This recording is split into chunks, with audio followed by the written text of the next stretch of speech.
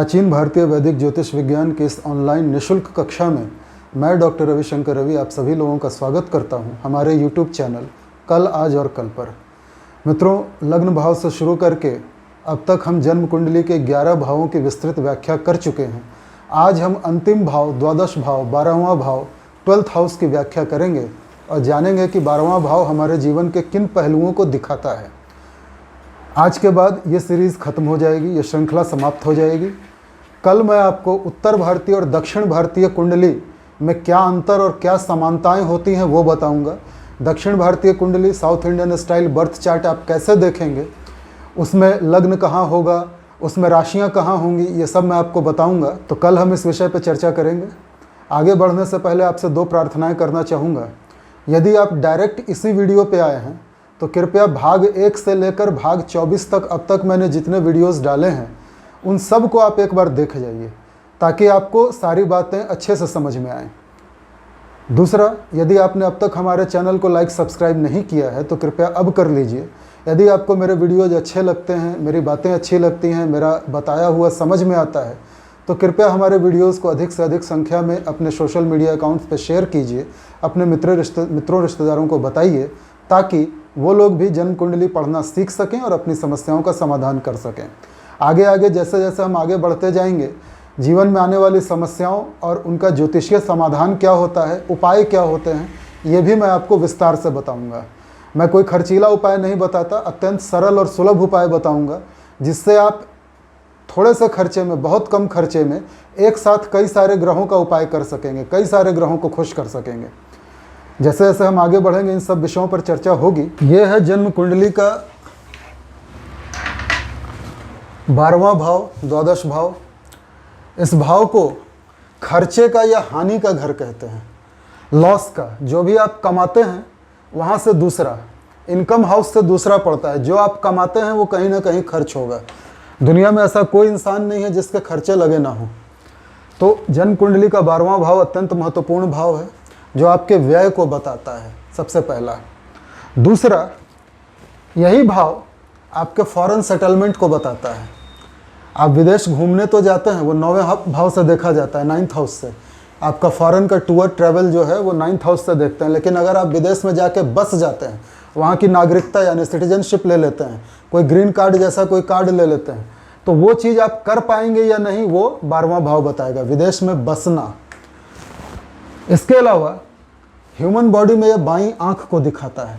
कल मैंने आपको बताया था कि जन्म कुंडली का लेफ्ट हिस्सा ह्यूमन बॉडी के राइट पार्ट को दिखाता है और जन्म कुंडली का बायां भाग आदमी के शरीर में दाहिने हिस्से को दिखाता है और दाहिना हिस्सा बाएं हिस्से को दिखाता है। तो ये जन्म कुंडली के दाहिने हिस्से में पड़ता है द्वादश भाव, तो ये हमारे शरीर के बाएं हिस्से को दिखाएगा। ठीक उल्टा ये बाईं आंख को दिखाता है, लेफ्ट आई। ये खर्चों का भी स्थान है। खर्चों में अस्पताल का खर्चा, हॉस्पिटल का खर्चा। अब हॉस्पिटल का खर्चा मतलब या तो आप खुद हॉस्पिटलाइज हो जाएं, अस्पताल चले जाएं और आपकी किसी गंभीर बीमारी पे लगातार खर्च हो, या फिर आपके परिवार का कोई अन्य व्यक्ति अस्पताल जाए और उस पर आपका खर्च हो। यह हॉस्पिटल का आना जाना दिखाता है कि आप हॉस्पिटल जाएंगे। अब ये इस भाव में बैठे हुए ग्रह, उनमें बनने वाले योग, युतियाँ, उस भाव पे पड़ने वाले ग्रहों की दृष्टि, उस भाव का भावेश ये बताएगा कि आप हॉस्पिटल खुद एडमिट होंगे जा कर के, अपने इलाज के लिए जाएंगे या किसी अन्य के इलाज के लिए जाएंगे, किसी अन्य पर आपका खर्चा होगा। या फिर आप हॉस्पिटल जाएंगे ज़रूर, लेकिन आप हो सकता है वहाँ डॉक्टर हों, लोगों का इलाज करने जाते हों, आप वहाँ के नर्स हों, वार्ड बॉय हों, आप वहाँ काम करने वाले वॉचमैन हो, आप हॉस्पिटल में जो कैटरिंग सर्विस होती है, खाने पीने की सुविधा होती है, वो आप फूड सप्लायर हो, कैटरर हो, आप हॉस्पिटल की वैन चलाते हो, मतलब एम्बुलेंस चलाते हो। ये सारे लोग हॉस्पिटल जाते हैं। आज मैं भी हॉस्पिटल जाने वाला हूँ। मेरे गुरुजी जो हैं, जिन्होंने मुझे ज्योतिष सिखाया है, उनको हार्ट अटैक आया है। उनकी कुछ सूर्य की दशा चल रही थी, हार्ट अटैक आया है। अभी खतरे से बाहर हैं। आज मैं उनको मिलने जाने वाला हूँ शाम को। तो अब मैं हॉस्पिटल जा तो रहा हूँ, मेरे भी हॉस्पिटल की यात्रा हो रही है, लेकिन मैं एडमिट नहीं हो रहा। मैं अपना इलाज कराने नहीं जा रहा। तो हॉस्पिटल की यात्रा और हॉस्पिटल का खर्च दोनों द्वादश भाव दिखाते हैं। ये डिपेंड करता है ग्रहों की स्थिति पर कि आप खुद ही एडमिट हो जाएंगे या कोई और एडमिट होगा, आप उससे विजिटर की तरह मिलने जाएंगे, या आपके परिवार के कोई सदस्य एडमिट होंगे तो आप उनका इलाज कराएंगे, उन पर खर्च करेंगे। 12वां भाव शैया सुख को भी दिखाता है। शैया सुख सेक्सुअल रिलेशन। अब आप कहेंगे कि भाई सप्तम भाव भी सेक्सुअल रिलेशन दिखाता है, अष्टम भाव भी सेक्सुअल रिलेशन दिखाता है और 12वां भाव भी सेक्सुअल रिलेशन दिखाता है, ये क्या चक्कर है? एक ही चीज़ 3 भावों से कैसे देखी जा सकती है? देखी जा सकती है।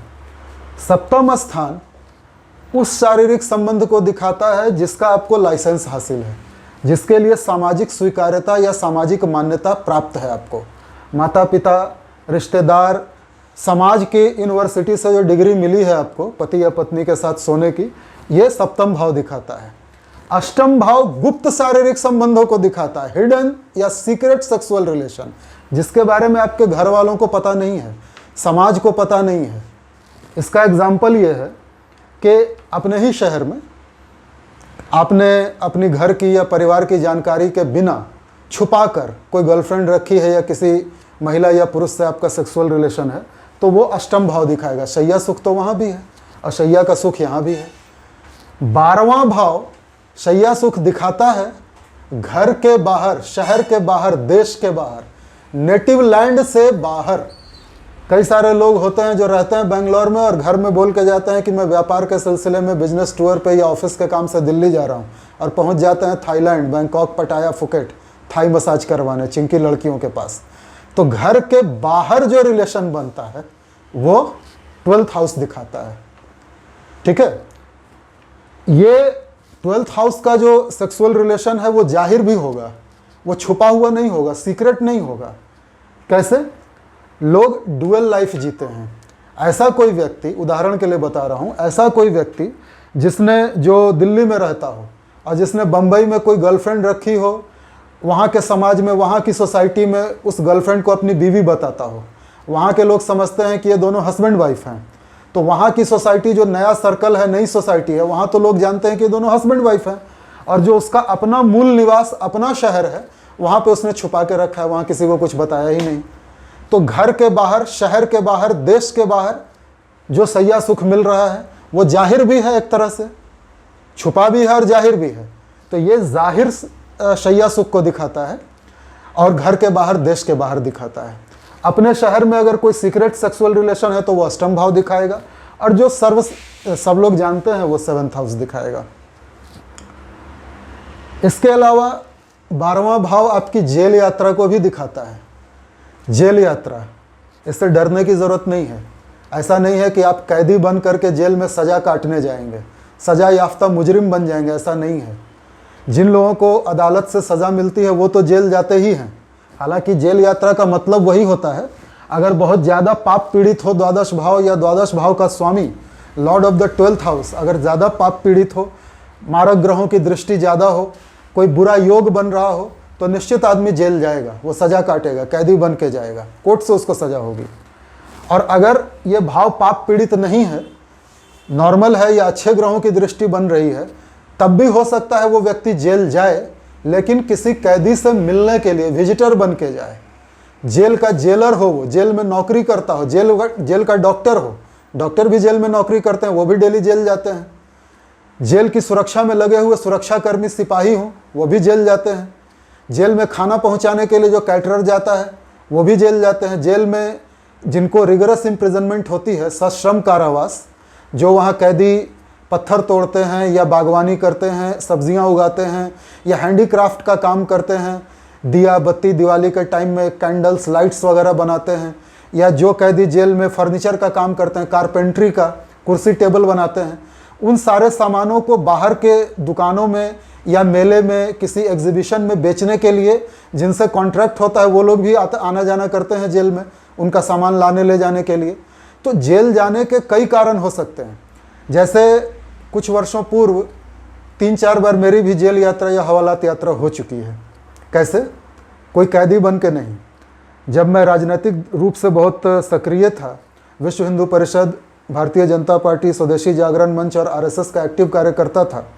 उन दिनों हमारे देश में मनमोहन सिंह की सरकार थी, प्रधानमंत्री थे मनमोहन सिंह, और एफडीआई इन रिटेल आया था, फॉरेन डायरेक्ट इन्वेस्टमेंट रिटेल में, जिसका यहाँ के व्यापारी वर्ग ने बहुत विरोध किया था।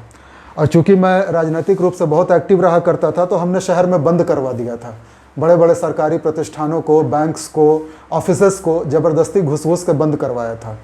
तो बंदी में पुलिस क्या करती है, जिला प्रशासन क्या करता है, जो लोग बंदी करवाते हैं उनको वो लोग थोड़े समय के लिए हिरासत में लेते हैं, थाने में बैठा के चाय बिस्किट खिलाते हैं, कोल्ड ड्रिंक पिलाते हैं, पंखे की हवा भी खिलाते हैं। उनको बंद नहीं किया जाता और शाम होते ही उनको छोड़ दिया जाता है, विधि व्यवस्था बनाए रखने के लिए। तो ऐसा कई बार मेरे साथ हुआ है, लेकिन मैं कैदी तो नहीं हूँ। जेल गया, थाने में गया, पुलिस स्टेशन में गया, कैदी तो नहीं बना। तो ऐसी भी जेल यात्रा हो सकती है जहाँ आपको कोई सज़ा ना मिले, आप किसी अन्य कारण से जाएं, और ऐसा कई बार हुआ। तो ये द्वादश भाव में बैठे हुए ग्रह दिखाएंगे। द्वादश भाव में बैठा हुआ ग्रह आपके नेटिव लैंड से बाहर, या द्वादश भाव नेटिव लैंड से बाहर आपका क्या जनसंपर्क रहेगा, कैसा वहाँ का माहौल रहेगा, वो दिखाता है। आपके नेटिव लैंड से बाहर किसी दूसरे शहर में, जिस शहर में आपका घर है, निवास है, उस शहर से बाहर के शहरों में आपका कैसा संपर्क है, ये द्वादश भाव दिखाता है। ऐसा नहीं है कि द्वादश भाव केवल खर्चे का, हानि का, लॉस का घर है। द्वादश भाव से आप चाहें तो कमा भी सकते हैं। कैसे? यदि द्वितीय भाव धन स्थान का स्वामी द्वादश में बैठ जाए तो आप द्वादश से कमा भी सकते हैं। यदि एकादश स्थान का स्वामी द्वादश स्थान में बैठ जाए तो आपको 12th हाउस कमा के भी देगा। ज़रूरत है इस स्थान की नेगेटिव एनर्जी को पहचान कर उसको पॉजिटिव एनर्जी में बदलने की। जन्म कुंडली में छठा, 8वां और 12वां ये त्रिक स्थान कहलाता है, यानी इन तीनों स्थानों में नेगेटिव एनर्जी होती है। लेकिन मेरा ऐसा अनुभव है, मेरा ऐसा मानना है कि जन्म कुंडली का कोई भी भाव खराब नहीं होता है। हर भाव में कोई ना कोई एनर्जी तो है। ये हमारे ऊपर डिपेंड करता है कि हम उस एनर्जी को पहचान पाते हैं या नहीं, और अगर पहचान लिया तो उसको पॉजिटिव एनर्जी में कैसे बदलें। अष्टम स्थान लोग कहते हैं आयु का स्थान है, मृत्यु का स्थान है। अष्टम स्थान आपको इतनी ऊंचाइयां दे सकता है, आपको किसी न किसी लेवल पे, चाहे आध्यात्मिक हो, चाहे भौतिक हो। कई सारे लोगों को मैंने देखा अष्टम स्थान से कमाते हुए, गुप्त धन उनको बहुत मिलता है जिसके बारे में कोई नहीं जानता। ससुराल से उनको बहुत धन मिलता है, बहुत सारी संपत्ति मिल जाती है। छठा स्थान कहते हैं खराब स्थान होता है, निगेटिव एनर्जी है। कई सारे लोगों को मैंने छठे स्थान से कमाते हुए देखा है। वो किसी न किसी पे केस करते हैं और केस जीत जाते हैं, फैसला उनके फेवर में आता है, वो शत्रु से कमा लेते हैं। शत्रु स्थान है ना, शत्रु से कमाना। अगर इस स्थान में कोई बुरा ग्रह बैठा हो, शनि, राहु, केतु, सूर्य, मंगल, या इस स्थान का मालिक मजबूत हो, तो आप किसी पर भी केस करिए, धड़ल्ले से केस आप जीतेंगे। शत्रु आपसे कॉम्प्रोमाइज करेगा। ठीक है? तो कहने का अर्थ यह है कि जितने भी नेगेटिव स्थान हैं वो एक्चुअली नेगेटिव स्थान नहीं होते। हाँ, चूंकि बुरा भाव है, कुछ बुरा करेगा जरूर, पर अगर आप उसको आत्मसात कर लेंगे कि मानव का जीवन आपको मिला है, सारे दिन एक जैसे नहीं जाएंगे, जीवन में सब कुछ अच्छा ही अच्छा नहीं होगा, कुछ अच्छा होगा तो कुछ बुरा भी होगा। तो आप इस चीज़ को अगर एक्सेप्ट कर लेते हैं तो आप नेगेटिव को पॉजिटिव में बदल सकते हैं। आज के लिए इतना ही। उम्मीद है 12 भावों का एक्सप्लेनेशन मैंने अच्छे से किया, आपको समझ में आया। अगर समझ में आया तो कृपया मेरे आगे के वीडियोस भी देखें। कल मैं उत्तर भारतीय और दक्षिण भारतीय तरीके की कुंडली का अंतर और विश्लेषण करूंगा संक्षेप में। अब वीडियो समाप्त करने से पहले एक और अनुरोध करना चाहता हूं आपसे। जो व्हाट्सएप नंबर मेरे वीडियोस में दिया जाता है, जो आपके स्क्रीन पे आता है, वो नंबर मेरे पास नहीं होता, वो नंबर मेरे स्टाफ के पास होता है।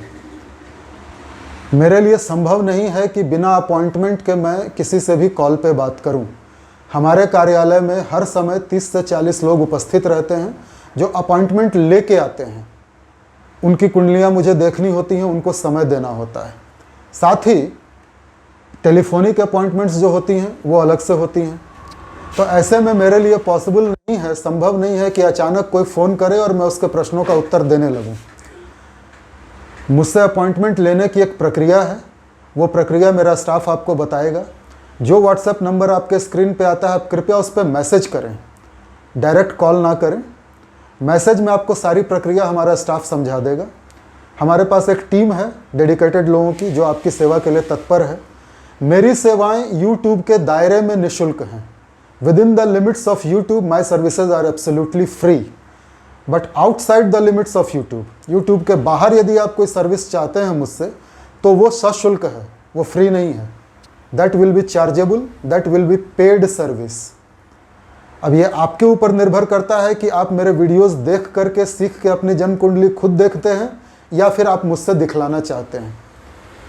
मैं तो चाहता हूं कि आपको मेरी ज़रूरत ही ना पड़े, आप मेरे वीडियोस देखें, सब कुछ सीख जाएं और अपनी कुंडली खुद देख लें। मैं उपाय भी बताने वाला हूं, तो मेरे पास आने की ज़रूरत नहीं है। लेकिन फिर भी यदि आपको ऐसा लगता है कि मुझसे सलाह लेनी चाहिए तो उसके लिए एक निश्चित प्रक्रिया है, उस प्रक्रिया का पालन करें। मेरे लिए बिल्कुल संभव नहीं है कि मैं किसी के भी कॉल का ऐसे ही जवाब दे दूं। मैं अत्यंत व्यस्त रहता हूं, वीडियो बनाने के लिए भी समय चाहिए, तो मैं किसी का फ़ोन अगर न उठा पाऊं तो वो बुरा ना माने।